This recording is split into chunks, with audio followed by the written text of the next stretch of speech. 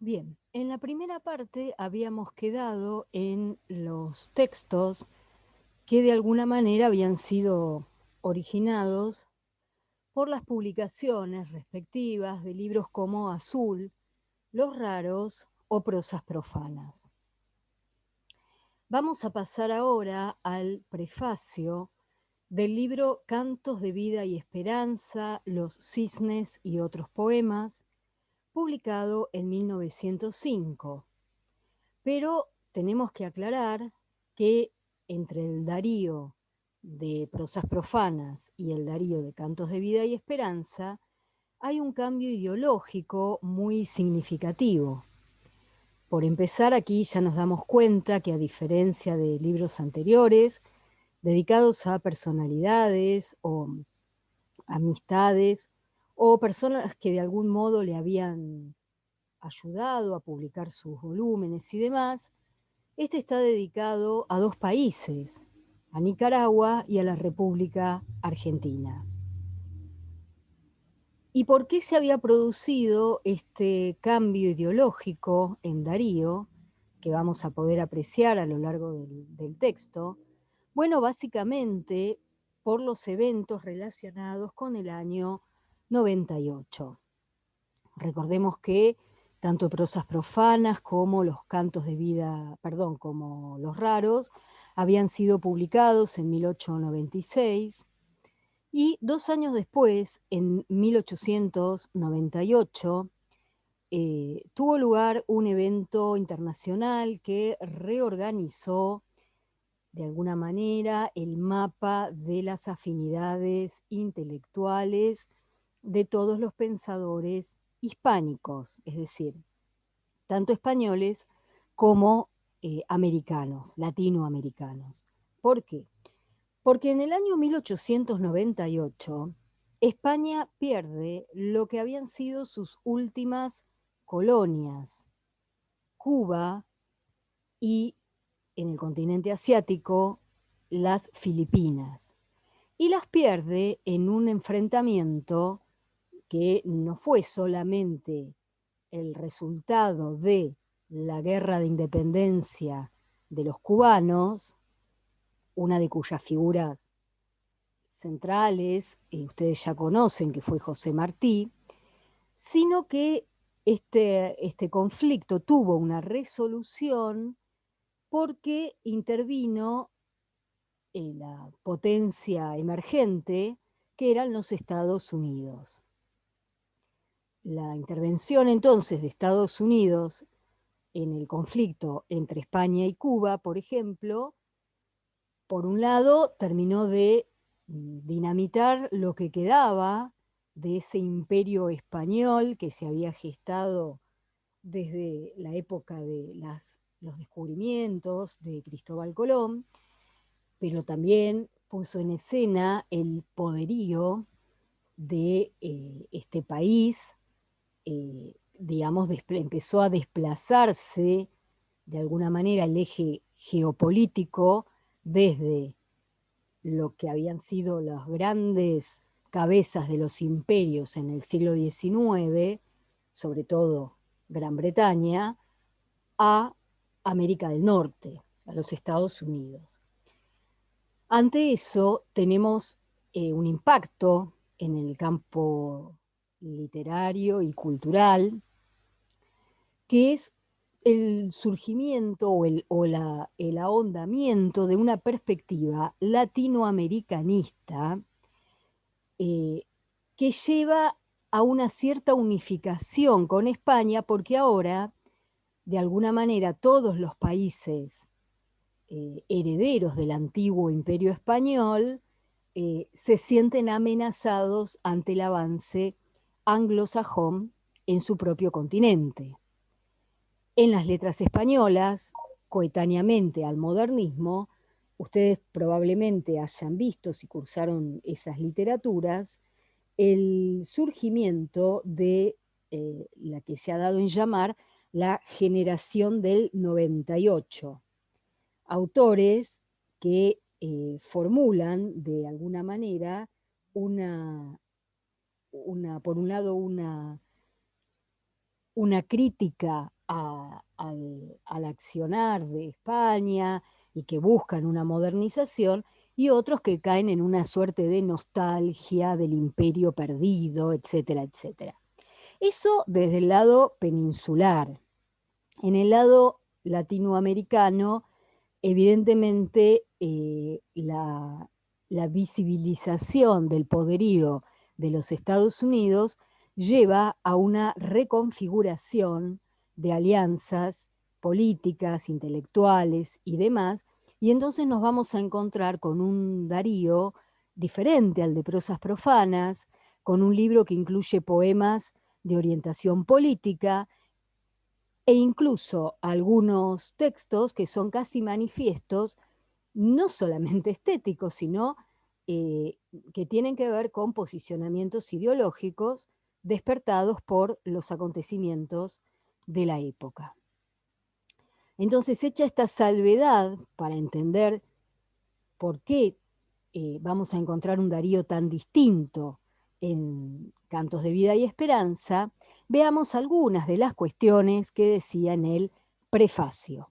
Recuerden que todos estos prólogos a sus libros poéticos los tienen completos en la edición de la Biblioteca Ayacucho, de la cual tienen disponible en el aula virtual un link para su descarga.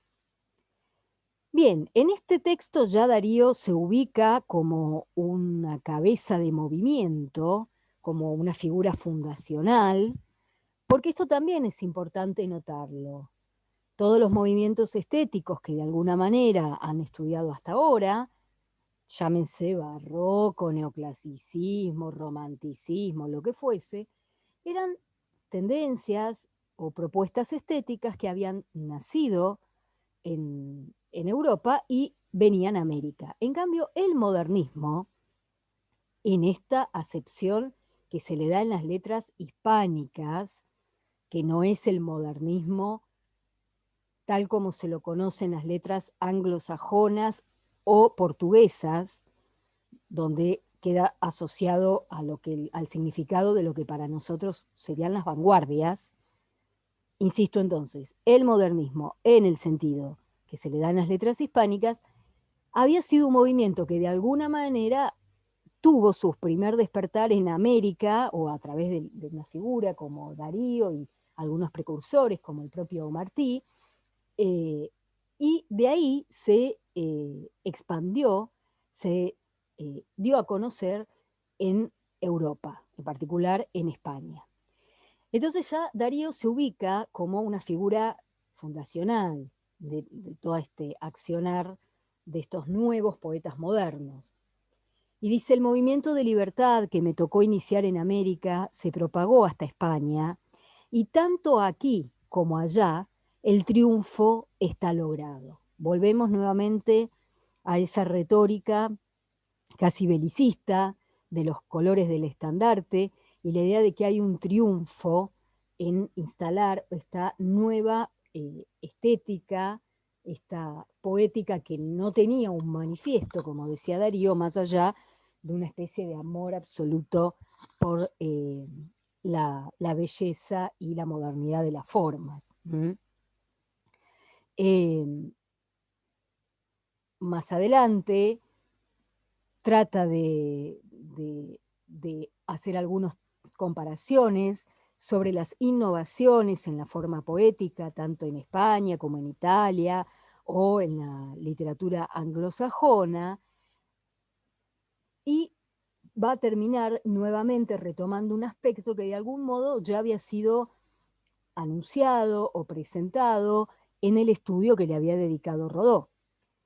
Cuando Rodó decía que era como traicionar a Darío pedirle que escribiera una poesía con sentido utilitario o que fuese eh, asumida o aceptada por todos los sectores sociales, dice Darío aquí, yo no soy un poeta para las muchedumbres, pero sé que indefectiblemente tengo que ir a ellas. Y repite eso que había dicho en las palabras liminares a Prosas Profanas, cuando dije que mi poesía era mía en mí, Sostuve la primera condición de mi existir sin pretensión ninguna de causar sectarismo en mente o voluntad ajena y en un intenso amor a lo absoluto de la belleza. Vuelve a sintetizar sus postulados a los que de algún modo se mantiene fiel. Pero acá, como dijimos, van a aparecer algunos temas nuevos, por ejemplo, la política. Y entonces dice Darío, si en estos cantos hay política, es porque aparece universal, como que es un gran problema de época que no puede esquivar. Y si encontráis versos a un presidente, es porque son un clamor continental. ¿Se acuerdan lo que había dicho antes? Que no le gustaba para nada la idea de escribirle a un presidente de república y que prefería escribirle al antiguo emperador romano Heliogábalo. Dice, mañana podremos ser yanquis, y es lo más probable. De todas maneras, mi protesta queda escrita sobre las alas de los inmaculados cisnes, tan ilustres como Júpiter. Observen esta terminación tan contundente y tan diferente de las anteriores.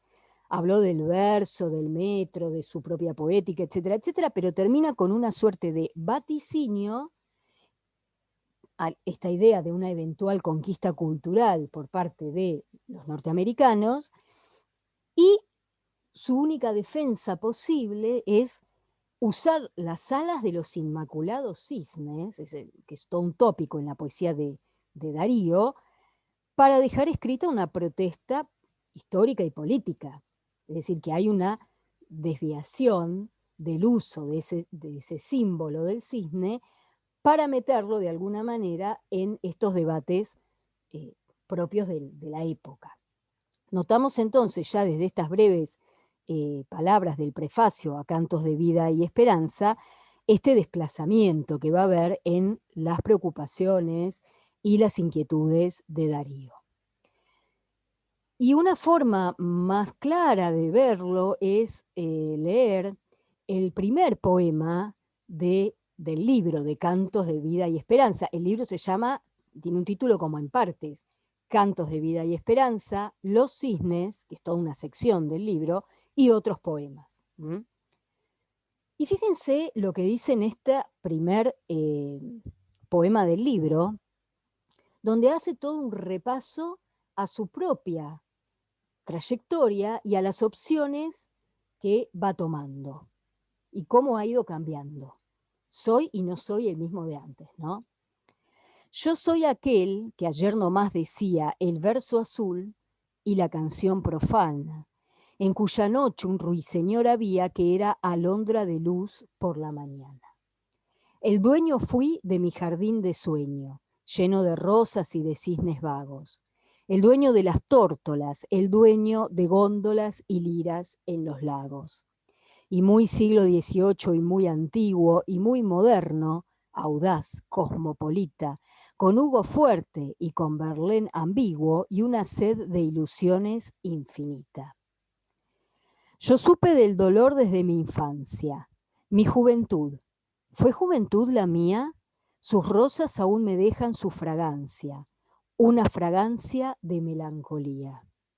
Potro sin freno se lanzó mi instinto, mi juventud montó potro sin freno, iba embriagada y con puñal al cinto. Si no cayó, fue porque Dios es bueno. En mi jardín se vio una estatua bella, se juzgó mármol y era carne viva. Un alma joven habitaba en ella, sentimental, sensible, sensitiva. Y tímida ante el mundo de manera que encerrada en silencio no salía, sino cuando en la dulce primavera era la hora de la melodía. Hora de ocaso y de discreto beso, hora crepuscular y de retiro, hora de madrigal y de embeleso, de te adoro, de ay y de suspiro. Y entonces era en la dulzaina un juego de misteriosas gamas cristalinas, un renovar de notas del pan griego y un desgranar de músicas latinas. Con aire tal y con ardor tan vivo, que a la estatua nacían de repente, en el muslo viril, patas de chivo y dos cuernos de sátiro en la frente. Como la Galatea gongorina me encantó la marquesa berleniana, y así juntaba a la pasión divina una sensual hiperestesia humana. Todo ansia, todo ardor, sensación pura y vigor natural, y sin falsía, y sin comedia, y sin literatura. Si hay un alma sincera, esa es la mía. La torre de marfil tentó mi anhelo.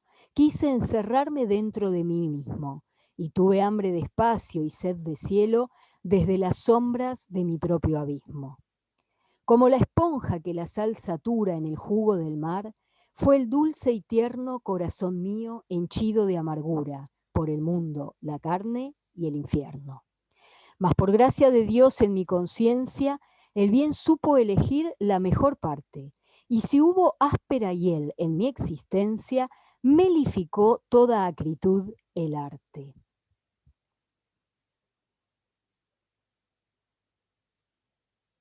Mi intelecto libré de pensar bajo, bañó el agua castalia el alma mía, peregrinó mi corazón y trajo de la sagrada selva la armonía. Oh la selva sagrada, oh la profunda emanación del corazón divino de la sagrada selva, oh la fecunda fuente cuya virtud vence al destino. Bosque ideal que lo real complica. Allí el cuerpo arde y vive y psiquis vuela, mientras abajo el sátiro fornica, ebria de azul deslíe Filomela. Perla de ensueño y música amorosa, en la cúpula en flor del laurel verde, Ipsipila sutil liba en la rosa, y la boca del fauno el pezón muerde. Allí va el dios en celo tras la hembra, y la caña de pan se alza del lodo. La eterna vida sus semillas siembra, y brota la armonía del gran todo. El alma que entra allí debe ir desnuda, temblando de deseo y fiebre santa.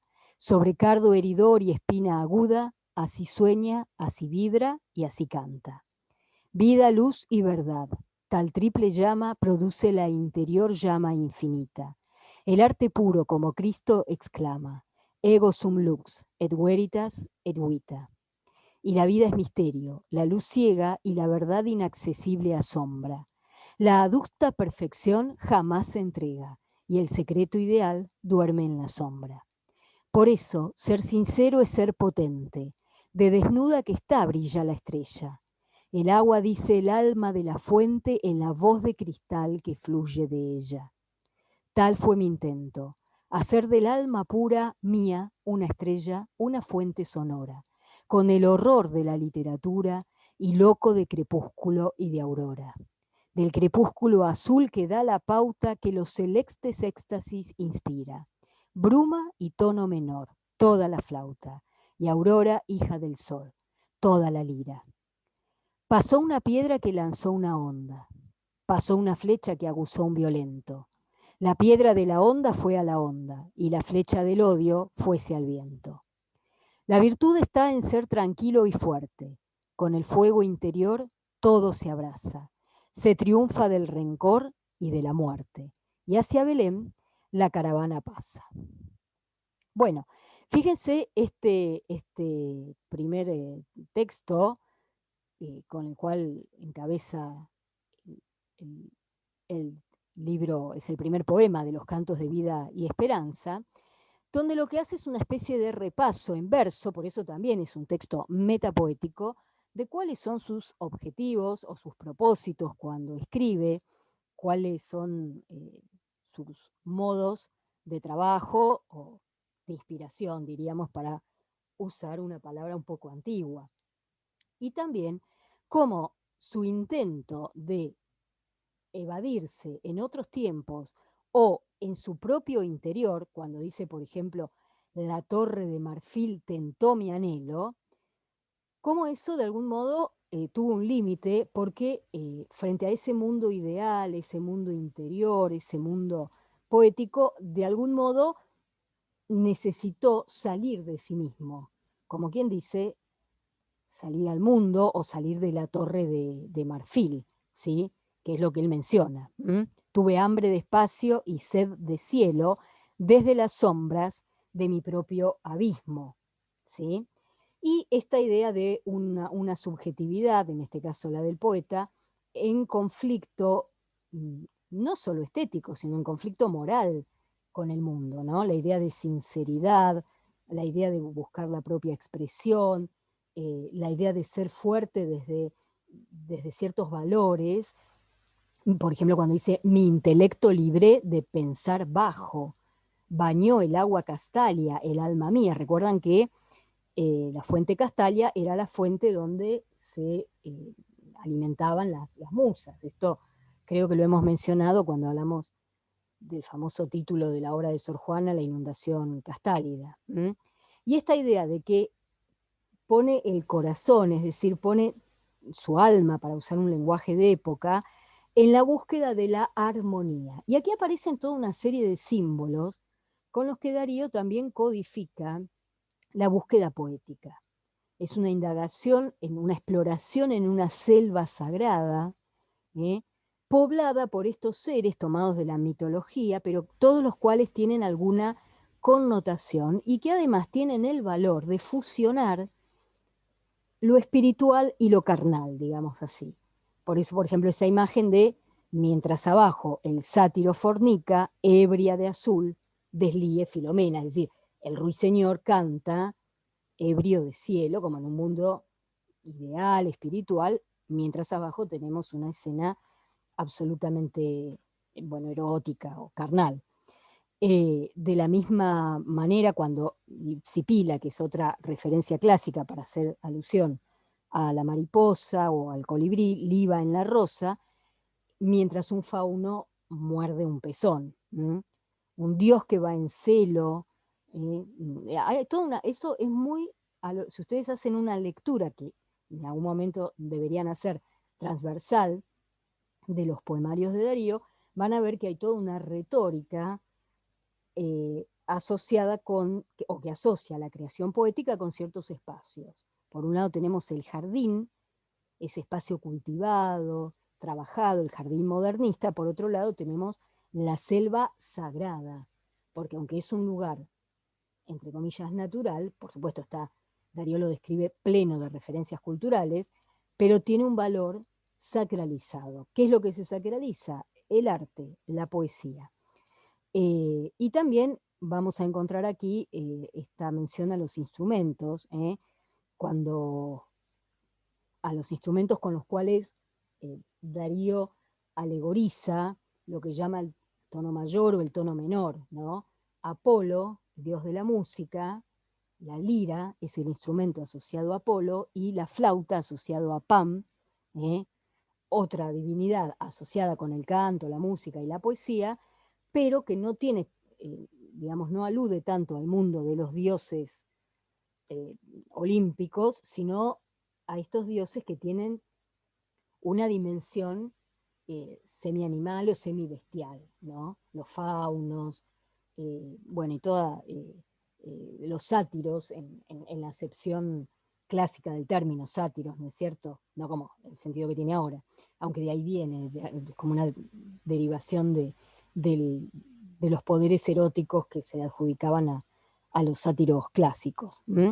También encontramos una interesante referencia a la terminología religiosa para hablar de la poesía. Y volvemos a estas definiciones de el arte por el arte, la sacralización del arte, la religión del arte. Es decir, toma palabras de Cristo, yo soy la luz, la verdad y la vida, pero no se las atribuye a Cristo, o no solo a Cristo, sino al arte puro personificado. El arte puro dice, yo soy la luz, la verdad y la vida. Fíjense, los términos asociados semánticamente con la idea de arte: vida, misterio, luz, verdad, perfección, secreto. Esta idea del arte como un secreto o como una búsqueda también es permanente. Por eso la idea de la fuente, que lo vimos en un poema anterior, de buscar, de algo que debe ser trabajado, ¿no? De ninguna manera aparece aquí la idea de una composición poética como inspiración fugaz, iluminación, nada que ver, sino que es una búsqueda muchas veces dolorosa y ardua para encontrar todos estos vectores que llevan, digamos, a la concreción de su producción. Bueno, fíjense incluso cómo se desplaza el sentido de la virtud, de un sentido que por un lado es moral, pero también a un sentido estético. ¿Eh? No importa lo que le digan, no importa lo que lo critiquen, él tiene su fuego interior, que es un fuego creativo. Bueno, y esta imagen, nuevamente bíblica, de que la vida sigue, o la caravana pasa hacia Belén, mientras él sigue firme en, bueno, en su proyecto, diríamos hoy, ¿no? En su proyecto poético o en su proyecto estético que le trae sinsabores porque no es complaciente. Para lograr lo que él quiere lograr, no puede tan fácilmente someterse a lo que el mundo le pide, sino que hay un renunciamiento y una batalla con muchos aspectos de la vida prosaica, de la vida cotidiana, para mantener ese reducto sagrado de la creación poética. Bien, una cosa que faltó aclarar es que este primer poema de Cantos de Vida y Esperanza estaba dedicado nada menos que a José Enrique Rodó. De algún modo entrando en diálogo con ese estudio, donde, que ya comentamos en la primera parte del video, donde Rodó decía, bueno, Darío no es el poeta de América, ¿no? Y ahí Darío dice, bueno, yo soy aquel y me mantengo tales cosas y he cambiado tales otras. En la sección del libro que se denomina Los Cisnes, tenemos otro texto interesantísimo que dedica a un poeta español que fue una gran figura del modernismo y que fue, digamos, un amigo personal, que es Juan Ramón Jiménez, que ustedes seguramente vieron o verán cuando cursen literatura española contemporánea. Y aquí vamos a ver muy claramente la reutilización de la figura del cisne con finalidades que no eran las finalidades propias de un simbolista y menos de un parnasiano preocupado exclusivamente por el arte. Vamos a leer este poema y, que, bueno, muchas cosas son bastante claras las que dice, y a comentar algunos aspectos. ¿Qué signo haces, oh cisne, con tu encorvado cuello al paso de los tristes y errantes soñadores?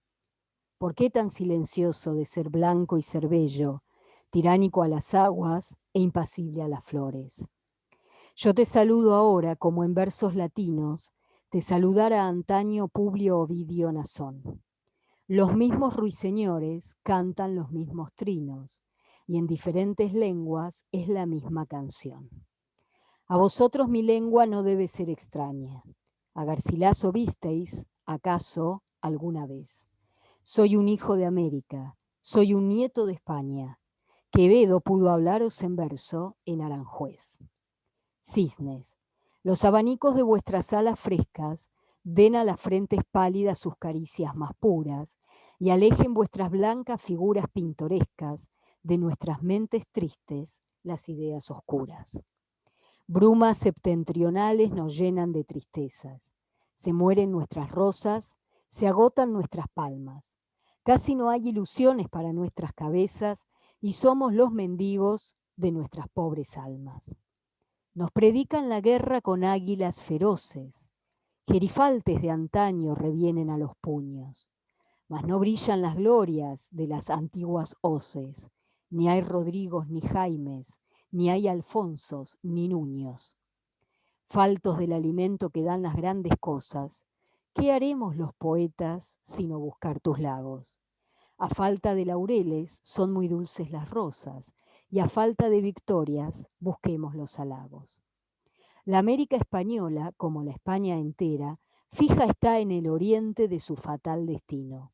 Yo interrogo a la esfinge que el porvenir espera con la interrogación de tu cuello divino. ¿Seremos entregados a los bárbaros fieros? ¿Tantos millones de hombres hablaremos inglés? Ya no hay nobles hidalgos ni bravos caballeros. ¿Callaremos ahora para llorar después? He lanzado mi grito, cisnes, entre vosotros, que habéis sido los fieles en la desilusión, mientras siento una fuga de americanos potros y el estertor postrero de un caduco león. Y un cisne negro dijo, la noche anuncia el día, y uno blanco, la aurora es inmortal, la aurora es inmortal. Oh tierras de sol y de armonía, aún guarda la esperanza la caja de Pandora.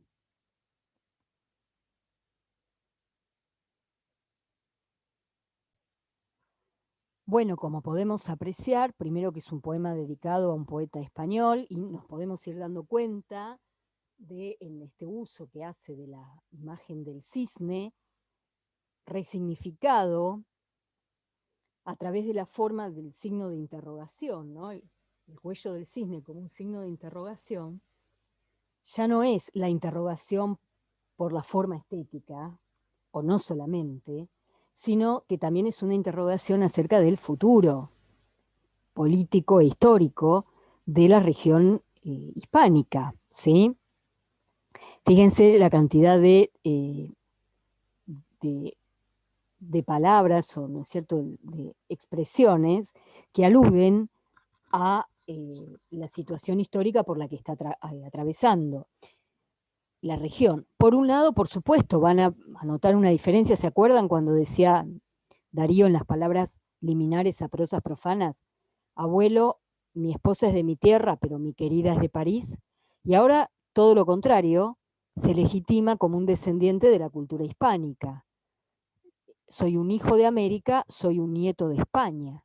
Y encuentra una afiliación en figuras como Garcilaso, Quevedo, etcétera, etcétera. La remonta, por supuesto, hasta los latinos, pero de alguna manera se está reposicionando en relación con el campo cultural hispánico.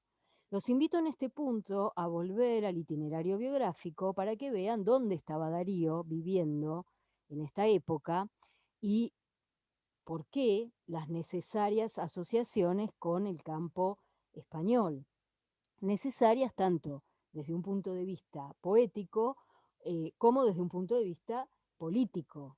¿Sí? Darío está en Europa como corresponsal del diario La Nación, y aunque van a pasar muchas veces de Madrid a Barcelona y va a ser un poco itinerante, no puede tan alegremente eh, decir que, bueno, desprecia en forma absoluta eh, la cultura o el contexto español. Más allá de que es cierto también que estando Darío en España fue bien recibido por sectores de de la intelectualidad, hizo muchos amigos, colaboraron en la publicación de sus libros, es decir, no, encontró un ambiente auspicioso y mucho más auspicioso en España que en Francia, donde era un perfecto desconocido, por más fascinación que él tuviera por París. Es decir, Darío tuvo un peso en las letras españolas que obviamente no tuvo en las letras francesas.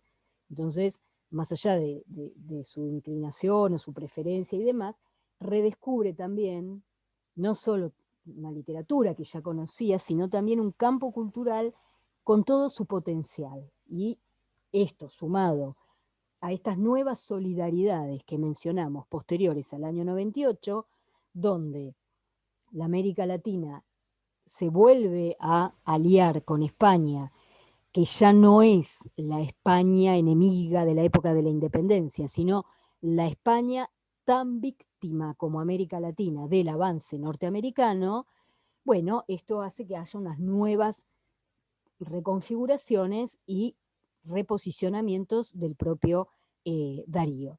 Fíjense la alusión a estos problemas que mencionábamos en las brumas septentrionales, ¿no? Algo que viene del norte. Nos predican la guerra, las águilas feroces, y a la vez la nostalgia por una época heroica perdida. Entonces también hay una justificación, digamos, de por qué elige ciertos temas poéticos, no porque no le interese lo que ocurre con los países hispánicos, sino porque no tiene grandes hazañas que cantar. Entonces, faltos del alimento que dan las grandes cosas, dice que haremos los poetas, sino buscar tus lagos, refugiarse en el cisne. Y fíjense esta idea nuevamente de la interrogación al cuello del cisne, como si fuera una esfinge, ¿no? Alguien que puede profetizar, mirando cuál va a ser su futuro. Y acá hay una serie de preguntas retóricas que realmente son todo un indicio de época y a veces de una actualidad vibrante, ¿no? ¿Seremos entregados a los bárbaros fieros? ¿Tantos millones de hombres hablaremos inglés? Esta idea de la colonización cultural que de alguna manera Darío está denunciando, ¿no? ¿Callaremos ahora para llorar después? Pero bueno, obviamente no es mucho lo que puede hacer, y entonces cumple con eso que había dicho en el prefacio, de dejar su protesta escrita en las alas de los Inmaculados Cisnes. Por eso dice, he lanzado mi grito, cisnes, entre vosotros. Y a la vez esa imagen de una especie de estampida, ¿no? De ciertos poderes que caen, se fugan los americanos potros, y el león, que es como el emblema de España, el león español, está en un estertor postrero, ¿no? Con la España que se deshace. Sin embargo, termina con un mensaje optimista, donde los cisnes pasan a ser voces proféticas, anunciando una aurora, un nuevo día después de la noche, y que se va a abrir la caja de Pandora, que también es un mito donde, bueno, de esa caja de Pandora habían escapado todos los sentimientos, vicios y virtudes, pero había quedado atrapada la esperanza, ¿no? Todavía queda la esperanza. Bien, vamos ahora a un libro publicado 2 años después que se llamó El Canto Errante, y que es un libro que Darío de alguna manera no compiló, necesitaba plata, y el mismo Juan Ramón Jiménez, que había mencionado antes, ayudó en la compilación y para que se publicara. Y el prólogo o prefacio de este libro se llama Dilucidaciones, y es un texto muy interesante, del cual voy a marcar algunos aspectos, pero les invito a leerlo con mucho detenimiento. El texto está a su vez dedicado a los nuevos poetas de las Españas. Fíjense, ¿no? Las Españas, es decir, América como otra España. ¿Por qué? ¿Por una neocolonización? No, el peligro de la colonización política, eso ya está conjurado, España perdió, sino una hermandad cultural e idiomática, ¿no? Lingüística y cultural. Bien, en las dilucidaciones, en este texto, Darío reflexiona sobre varias cuestiones, entre las que es central qué pasa con la poesía y el futuro de la poesía en esa época. Entonces, luego de una serie de referencias a ciertos personajes, dice, la forma poética no está llamada a desaparecer, antes bien a extenderse, a modificarse, a seguir su desenvolvimiento en el eterno ritmo de los siglos. Podrá no haber poetas, pero siempre habrá poesía, dijo uno de los puros, Becker, ¿no es cierto? Es un texto de Becker. Siempre habrá poesía y siempre habrá poetas. Lo que siempre faltará será la abundancia de los comprendedores. Volvemos a este tema que ya aparecía en prólogos anteriores, a esta dificultad de alguien que esté a la altura de comprender la sofisticación de este mensaje poético. Y vuelve a hacer referencia más adelante a su rol fundacional, cuando dice el movimiento que en buena parte de las flamantes letras españolas, fíjense cómo las califica, me tocó iniciar, a pesar de mi condición de meteco, ¿no? Alguien medio mestizo, proveniente de Centroamérica, echado en cara de cuando en cuando por escritores poco avisados, ha hecho que el Imparcial me haya pedido estas dilucidaciones. El Imparcial era el mismo periódico donde Valera había publicado las cartas famosas, esas donde hablaba de azul. Y fíjense que pasados los años, el Imparcial le pide al propio Darío unas dilucidaciones sobre su poesía que luego los recicla, digamos, como prólogo al El canto errante. Bien, otro aspecto interesante de este texto es cuando habla más adelante del problema del cliché, la frase hecha, el cliché verbal. ¿Y por qué es dañoso? Dice Darío. Porque encierra en sí el cliché mental y juntos perpetúan la anquilosis, la inmovilidad. Es decir, ¿por qué es importante la innovación formal? Porque colabora en remover ideas anquilosadas. ¿Sí? Una manera, está diciendo más o menos eso. Nuevamente va a reiterar lo que ya decía en textos anteriores, que se niega a dar cátedra, que se niega a decirle a los demás lo que tienen que hacer. Dice, no creo preciso poner cátedra de teorías de Aristos. Aristos, la idea de los mejores, ¿no? Aristocráticos, como la raíz de aristócrata. Dice, pero Aristos significa para mí independientes.